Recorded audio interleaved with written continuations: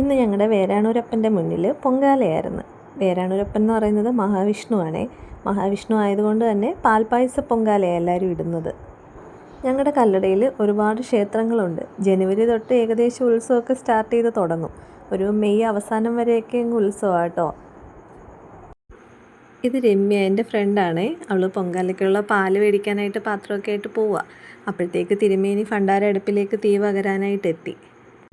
അങ്ങനെ അടുപ്പിൽ തീയൊക്കെ പകർന്ന് പായസമൊക്കെ റെഡിയായി കഴിഞ്ഞപ്പോഴത്തേക്ക് ഞാൻ അവിടെ അടുത്തുള്ളൊരു തിട്ടയിൽ വന്നിരുന്ന് ബാക്കിയുള്ളൊരു പൊങ്കലിടുന്ന വീഡിയോ ഒക്കെ എടുത്തുകൊണ്ടിരിക്കുക.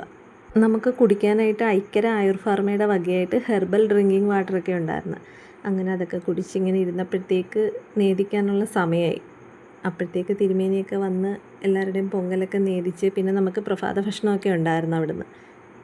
അപ്പോൾ എല്ലാവരും ചാനലൊന്ന് സബ്സ്ക്രൈബ് ചെയ്തേക്കുക, ലൈക്ക് ചെയ്യുക, ഷെയർ ചെയ്യുക. എല്ലാവർക്കും ബായ്.